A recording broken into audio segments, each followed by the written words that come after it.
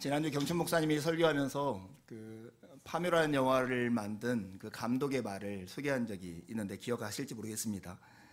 그 감독이 오컬트 영화를 만드는 이유는 이 세상은 숫자와 과학만을 믿는 세상이라는 것에 대해서 저항하기 위한 것이다, 이렇게 이야기를 했는데 참 기억이 남습니다. 숫자와 과학만으로 우리 세계를 이해하고 그것이 전부인 것처럼 생각하는 이 세계 속에서 그 이상의 것, 영혼, 사후세계가 있다는 것, 우리가 보이지 않는 실제가 존재한다는 것을 질문을 던지기 위해서 아마 이런 영화를 만든다, 이렇게 이해를 했습니다. 저는 이경춘 목사님보다는 훨씬 더 시간적 여유와 재력이 있어서 이 영화를 봅니다. 그래서 파묘라는 영화를 봤는데요. 그 영화 시작할 때 보면 그 직관, 풍수 전문가인 최민식 씨가 하는 독백이 나옵니다.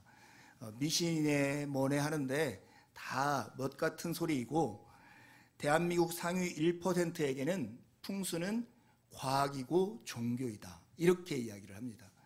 실제로 여러분 주위에도 정말로 잘 살고 부유한 사람들이 이게 풍수를 보고 묘자리를 보고 이렇게 하지 가난한 사람들이 보지는 않아요. 부유한 사람들이 그렇게 여유 있고 힘이 있고 넉넉함에도 불구하고 그것을 보는 이유는 그들에게도 여전히 불안과 두려움이 가지고 있다 하는 것입니다.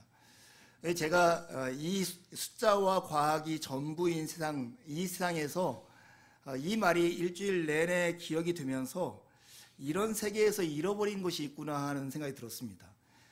그것이 뭘까 했더니 바로 와우라고 하는 놀라움이었어요. 다 숫자로 평가가 되고 과학으로 이해가 되기 때문에 더 이상 신비하고 신기하고 경이로운 것을 보고 놀랄 일이 없어진 세상이 되지 않았나 하는 생각이 듭니다. 그런데 오늘 본문은 예수님의 사역을 통해서 사람들이 놀라고 있는 장면을 보게 됩니다. 가버나움, 예수님의 살던 동네에 예수님이 내려오셔서 회당에서 가르치시자 많은 사람들이 예수님 때문에 놀랐습니다. 예수님이 그 회당 안에서 더러운 귀신 들린 사람을 고치셨는데요, 그것을 보고 예수님의 권위와 능력 때문에 사람들이 매우 크게 놀라게 됩니다. 예수님이 하시던 사역을 예수님이 스스로 이렇게 말씀하셨는데 하나님의 나라 복음을 선포하는 것이었습니다. 예수님은 하나님 나라의 복음을 두 가지 방식으로 선포하셨는데 하나는 말씀을 전함으로 선포하셨습니다. 다른 한 가지는 그 말씀을 실제로 보여줌으로써, 기적을 행하심으로써 그 말씀을 선포하셨죠. 이것을 보고 많은 사람들이 예수님의 행하신 그 기적을 보고 놀랬던 것입니다.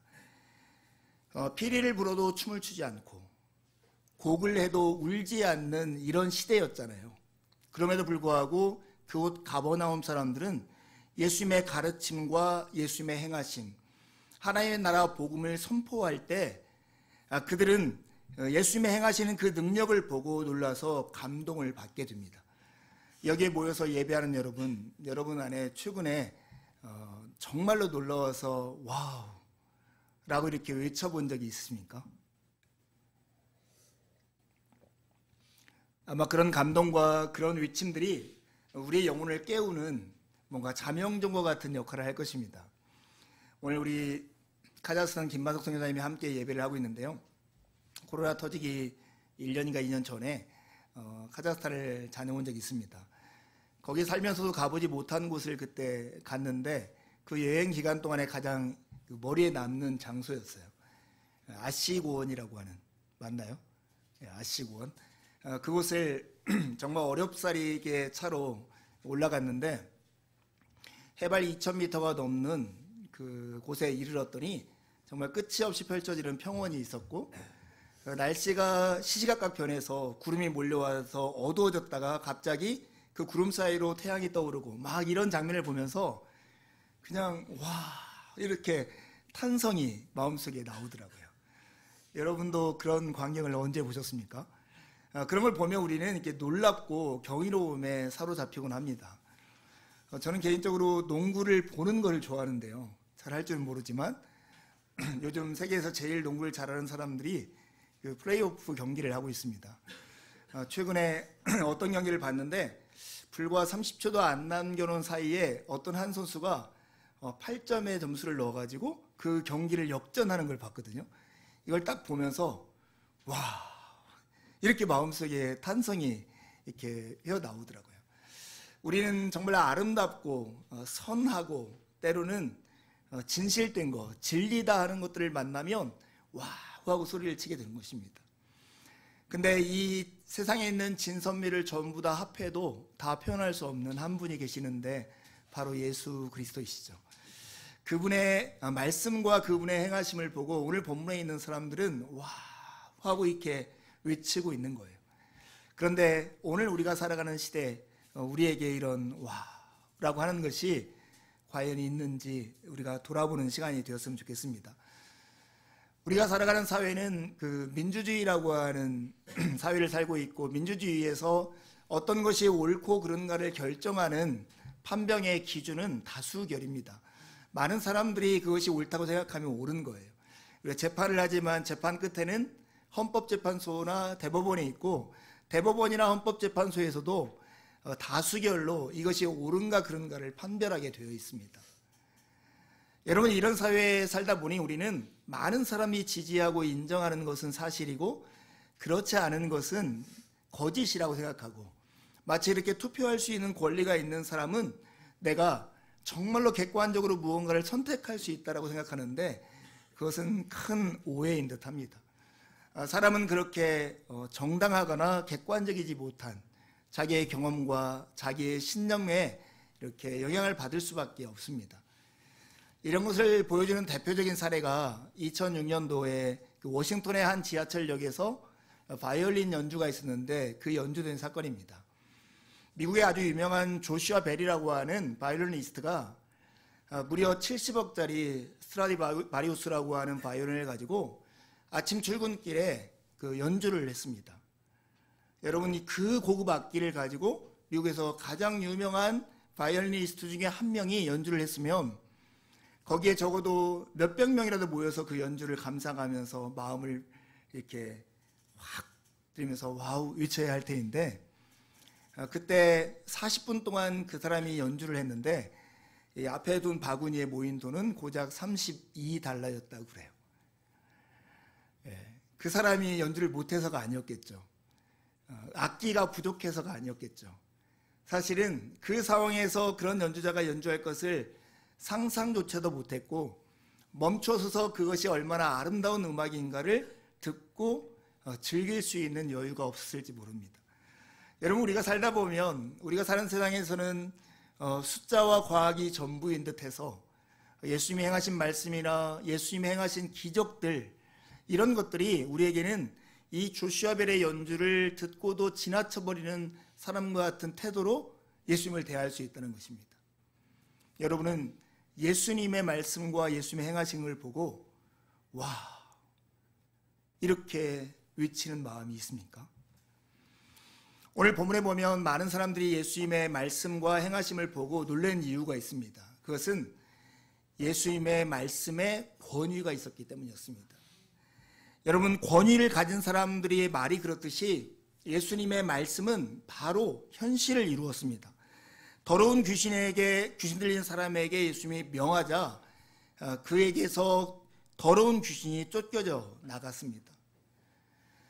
여러분, 어떤 사람의 말이 권위가 있다고 하는 것은 어떤 뜻일까요? 그것은 그 말을 하는 사람의 신분이 누구인가를 우리에게 증명해 줍니다. 제가 군대에 있을 때 모세의 기적과 같은 기적을 경험한 적이 있습니다.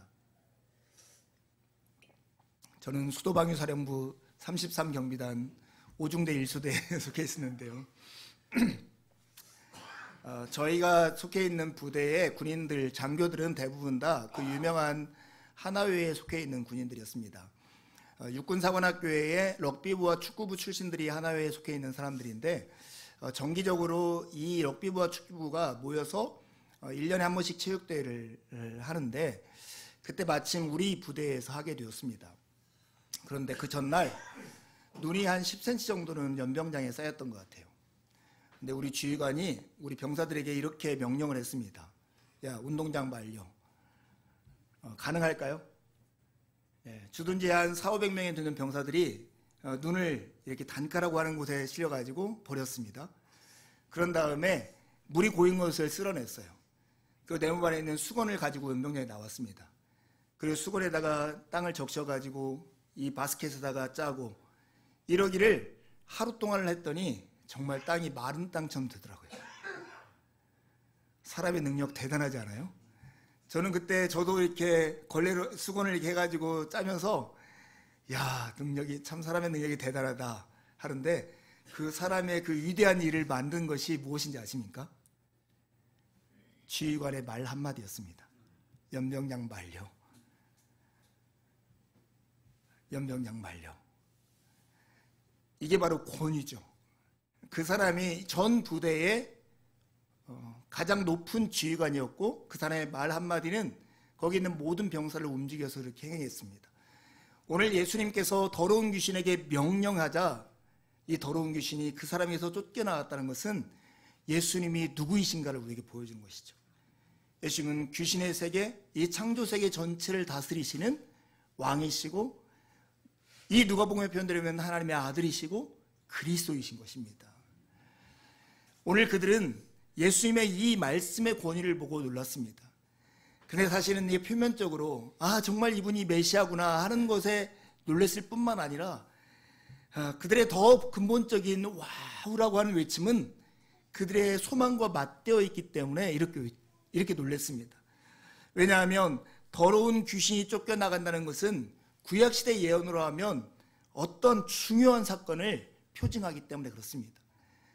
스가랴 13장 2절에 보면 만군의 여호와가 말하노라 그날에 내가 우상의 이름을 이 땅에서 끊어서 기억도 되지 못하게 할 것이며 거짓 선지자와 더러운 귀신을 이 땅에서 떠나게 할 것이다 이렇게 말씀합니다. 하나님의 날 구원의 날이 오면 대표적인 표정 중에 하나가 귀신이 여기서 떠나가게 될 거라는 것입니다.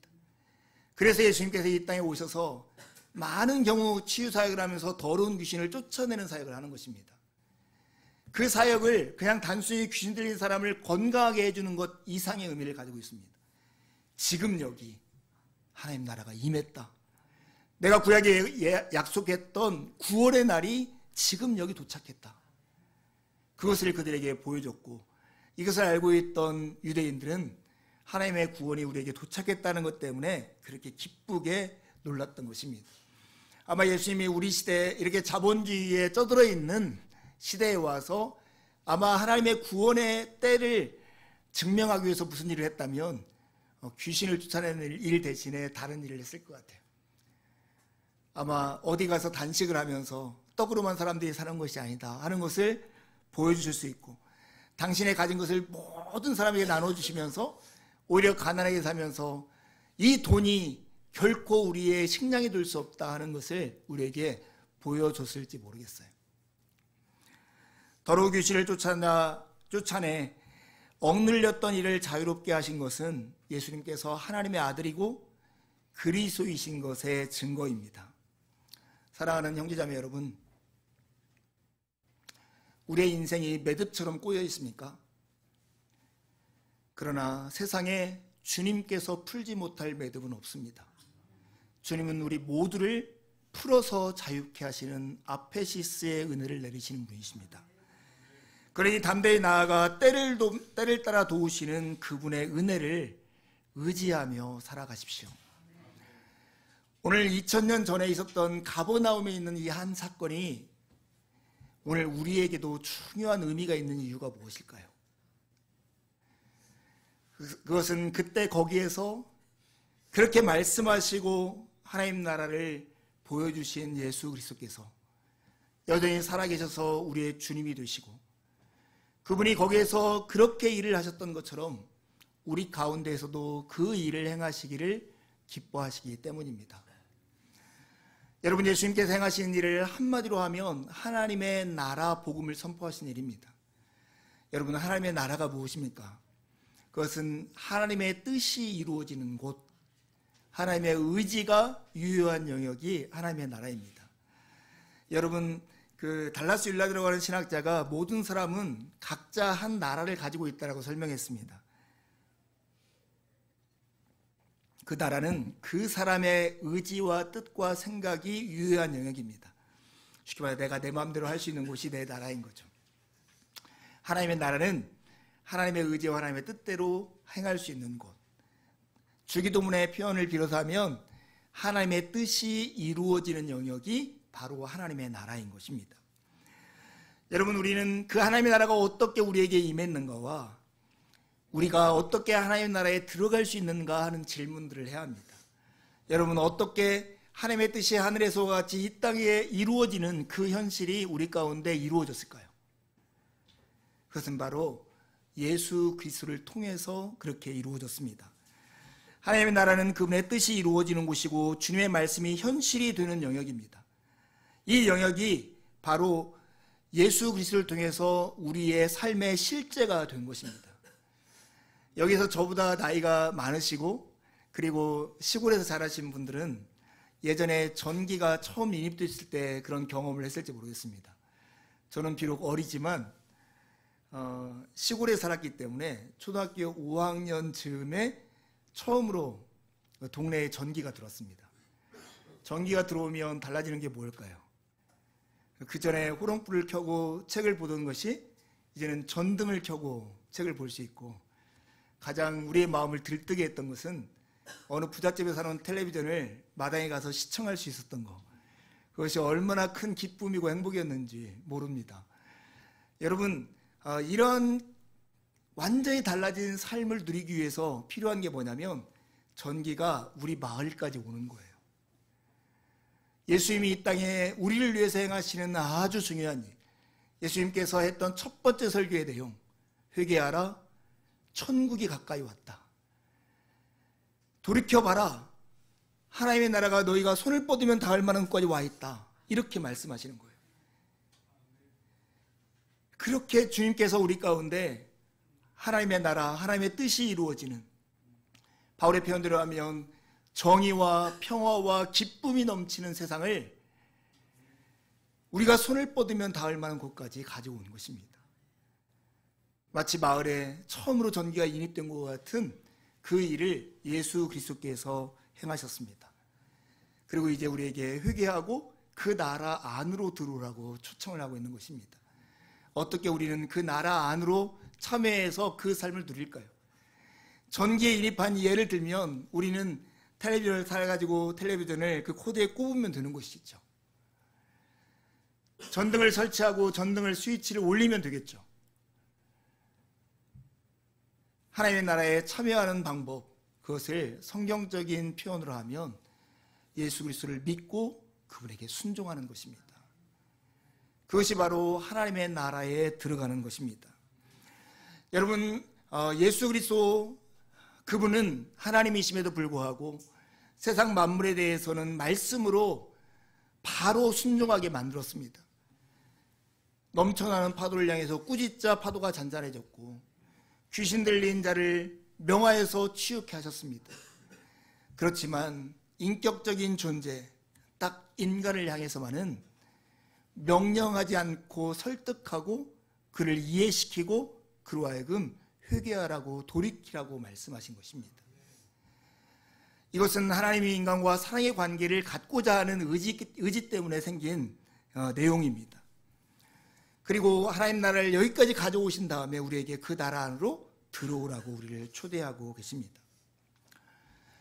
여러분, 하나님 나라 안에 들어가서 그 나라를 맛보고 정말로 하나님의 뜻이, 하나님의 의지가, 그리고 이 땅에 정의와 평화와 기쁨을 이루고자 하는 하나님의 계획이 우리의 삶에서 이루어질 때 그 기쁨을 여러분들은 맛보았습니까? 그래서 여러분이 와우라고 외친 적이 언제 있습니까? 아주 오래된 일이지만 로마서 8장을 읽으면서 하나님이 말할 수 없는, 성령께서 말할 수 없는 탄식으로 우리를 위해서 간구하시고 계시다. 나의 현실과 나의 처지를 안타까워해서 끙끙 앓으시면서 나를 위해서 구하고 계시다. 이 말씀에 깊이 전율돼서 한참 동안 와우 하고 외친 적이 있습니다. 여러분 어떻습니까? 하나님의 나라가 여러분의 삶에 이렇게 이루어져서 정말로 그 마음과 그 감격을 진하게 느껴본 경험이 있습니까? 이번 주 페이스북을 보는데 제가 개인적으로 만나지는 못했지만 익히 들어서 아는 한 목사님이 제 나이 또래인데 세상을 떠났다는 소식이 계속해서 올라오면서 많은 사람이 그 목사님에 대해서 증언하는 걸 듣게 되었습니다. 그 목사님이 유명해진 이유는 세월호 때였습니다. 세월호 천막농성을 광화문에 살 때 이 목사님과 많지 않은 교우들이 그 천막농성장 옆에 자그마한 텐트를 치고 거기에서 그를 위로하고 오는 사람들과 그 부모들을 위해서 하루 종일 커피를 드립해서 커피를 대접하는 일을 했습니다. 말로 무슨 말을 하는 것도 아니고 시위를 하는 것도 아니고 그냥 슬픔 가운데 동참한다는 이유로 커피를 내려서 그들에게 봉사를 했습니다. 그 일 하나로 이 목사님과 이 교회가 얼마나 그리스도의 향기를 품어냈는가 많은 사람들이 알기에 이 목사님에 대한 애도를 하는 것을 듣게 되었습니다. 여러분, 이게 바로 하나님 나라를 경험한 사람들의 삶의 태도인 거죠. 슬퍼하는 자들과 함께 울고 기뻐하는 자들과 함께 기뻐하는 하나님의 뜻이 이 목사님과 이 목사님이 속해 있는 이 교회 성도들을 통해서 세상을 향해서 표현되었을 때 그것이 많은 사람들에게 좋은 이야기거리가 될 뿐만 아니라 위로와 격려가 되는 사건이 되었던 것입니다. 사랑하는 형제자매 여러분, 하나님의 나라가 답입니다. 그 나라가 임하였다는 소식이 복음입니다. 예수님께서 우리에게 기도를 가르쳐 주시면서 가르치신 기도를 한 문장으로 요약하자면 아버지의 나라가 속히 오게 하여 주옵소서라고 하는 것입니다. 근데 그 나라의 가장 큰 특징은 하나님의 이름이 거룩하게 되는 곳이고 하나님의 뜻이 하늘에서와 같이 이 땅 가운데 임하는 나라입니다. 여러분, 그렇게 하나님의 나라가 임하기를 기도하고 하나님의 나라의 시민으로서 우리가 살아갑시다. 주님의 말과 뜻이 우리의 삶 안에서 현실이 되도록 우리의 몸부림을 칩시다. 하나님의 나라는 이미 여기에 와 있지만 아직 널리 퍼져 있지는 않습니다. 우리가 귀로까지는 하나님의 나라가 임했지만 우리의 손발까지는 하나님의 나라가 임하지 않은 그때를 살고 있을지 모릅니다. 내 마음속에는 하나님의 나라가 임했지만 내 일터와 가정 안에서는 하나님의 나라가 온전히 펼쳐지지 못한 그런 때를 살고 있을지도 모르겠습니다. 오늘 하나님의 나라가 하늘에서 임한 것처럼 우리의 삶의 구체적인 현장에서 현실이 될 때 하나님의 이름이 이 땅 가운데 거룩하게 되고 하나님의 뜻이 이루어짐으로써 우리를 이웃해 사는 모든 사람들에게 정의와 평화와 기쁨의 삶이 넘치게 될 것입니다. 여러분, 세상의 빛, 이것은 누구의 별명일까요? 세상의 빛. 아까 두님사님이 기도할 때도 이렇게 얘기했는데 세상의 빛은 누구의 별명일까요? 우리는 그리스도인의 별명을 하고 쉽게 생각하지만 예수님께서 친히 이렇게 말씀하셨습니다. 나는 세상의 빛이다. 그리고 예수님이 또한 제자들을 향해서 이렇게 말씀하셨습니다. 너희는 세상의 빛이다. 그리스도가 세상의 빛이고 우리가 또한 세상의 빛으로 부름을 받았습니다. 저는 예전에 이 말씀을 묵상하면서 예수 그리스도는 발광체고 우리는 반사체처럼 거울에 비친 빛을 예수님을 이렇게 드러냄으로써 반사하는 존재인가 보다 이렇게만 생각했습니다. 설교를 준비하면서 다른 은유를 생각해냈어요. 예수 그리스도가 한 줄기 빛이라면 우리는 프리즘과 같은 존재가 아닐까 하는 생각입니다. 예수 그리스도가 우리 각자의 삶을 투과하면 우리로부터 무지개 빛이 쫙 반사되어서 세상 사람들이 이것을 보면서 와 라고 외치는 삶을 살도록 부름받은 존재가 우리가 아니겠는가 하는 것입니다. 아까 한 목사님, 소천하신 목사님의 삶이 그랬던 것이죠. 예수님이 자기에게 했던 그 삶을 자기 안에서 투과시켜서 이웃을 향해서 이렇게 다양한 색깔로 투과시킬 때 많은 사람들 안에서 와, 저게 예수 믿는 거지 라고 하는 소리가 외치게 되었던 것입니다. 오늘은 어린이 주일입니다. 아까 어린이 설교에서 우리가 나눴던 것처럼 어린이라고 하는 것은 완전한 존재, 순수한 존재를 의미하는 게 아니라 자기의 연약함과 부족함을 인정하고 예수 그리스도를 온전히 의지하는 사람입니다. 프리즘을 생각해 보면 자기 안에서 빛을 생산해내려고 하는 게 아니라 예수 그리스도의 빛을 자기 안에서 투과시켜서 이웃들에게 흘려보낼 줄 아는 사람이 어린아이와 같은 존재입니다. 여러분, 우리가 부모로서 자녀를 키워봤잖아요.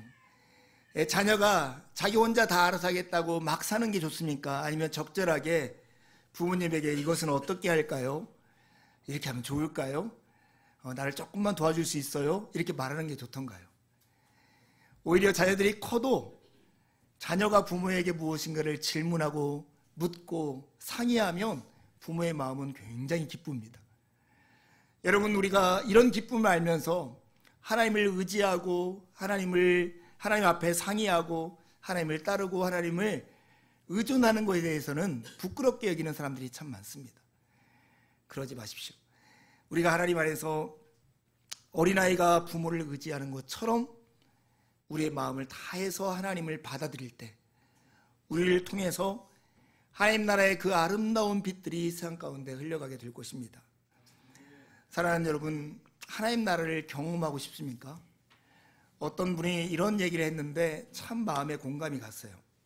어떤 사람이 하나님 나라를 경험하고 하나님 나라에 가고 싶다는 마음이 없다는 것은 그가 지금 소속해 있는 교회 안에서 하나님 나라를 맛보지 못했기 때문이다 하는 말이었어요. 교회는 하나님 나라를 맛볼 수 있는 시식 코너이고 모델하우스 같은 곳입니다. 여러분, 모델하우스에 가서 화장실에 가서 혹시나 잘못해서 화장실을 사용한 적이 있습니까? 아마 물을 내려도 물이 안 내려올 거예요. 모델하우스는 미래를 다 보여주지만 미래의 모든 것을 보여줄 수는 없습니다. 교회도 그렇죠. 교회 안에서 하나님을 맛보고 하나님을 보여주지만 하늘나라의 그 아름다움과 영광을 모두 다 보여줄 수는 없습니다. 그러나 그 나라가 무엇인지를 맛보게 할 수 있는 곳이 교회입니다. 우리가 어떻게 하면 그 하나님 나라를 이 땅에 있으면서 맛볼 수가 있을까요? 그래서 예수 그리스도가 복음이고 그 나라가 임해했다는 것 때문에 우리가 와우라고 외칠 수 있을까요? 그것은 우리가 처음 초대교회의 모습을 통해서 짐작할 수 있습니다. 초대교회의 모습을 우리가 두 가지로 요약할 수 있습니다. 한 가지는 연합이고 다른 하나는 나눔입니다. 그들은 다양한 언어, 다양한 인종 사람들이 모였지만 예수 그리스도를 머리로 해서 유기체로 하나가 묶여 있었습니다. 우리가 팔, 다리, 가슴, 머리가 하나의 유기체로 묶여 있어서 이게 손바닥을 꼬집으면 손바닥만 아픈 게 아니라 온몸이 아픈 것처럼 우리가 예수 그리스도를 머리로 해서 하나로 묶여 있는 유기체적인 공동체라는 것은 서로의 아픔 때문에 같이 아파하고 서로의 기쁨 때문에 함께 기뻐하는 공동체를 말합니다. 근데 이런 공동체가 우리 안에서 잘 건강하게 순환되기 위해서 필요한 것이 바로 나눔입니다. 초대교회는 물질적으로, 정서적으로, 영적인 것들을 서로 나누면서 하나가 되는 복된 공동체였습니다. 우리는 그리스도를 중심으로 우리의 뜻을 굽히면서 하나가 되고 하나님께서 우리에게 주신 은사로 서로를 나눔으로써 서로를 세워줄 때 이 땅에서 하나님 나라를 경험하는 복을 누리게 될 것입니다. 사랑하는 교우 여러분, 예수님이 이 땅에 섬기기 위해서 오셨습니다. 섬김의 그 수준은 많은 사람의 목숨을 구속하기 위해서 자기의 목숨을 내어주는 데까지 섬겼습니다. 우리는 예수님을 따르는 제자들입니다.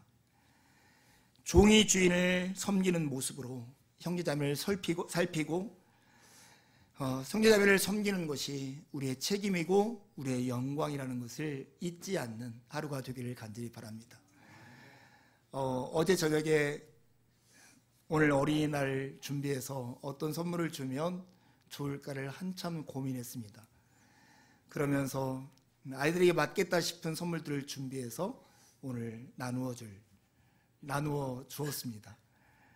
사랑하는 형제자매 여러분, 우리는 우리 안에 무엇인가를 채우면 행복할 것이라는 마음을 조금 내려놓으면 예수님처럼 살아서 우리의 무언가를 이웃에게, 형제자매에게 나눌 수 있다면 그것이 얼마나 큰 기쁨인가를 경험하게 될 것입니다. 오늘 한 날 그 기쁨으로 우리가 형제자매 교제 속에서 와라고 외치는 한 날이 되었으면 참 좋겠습니다.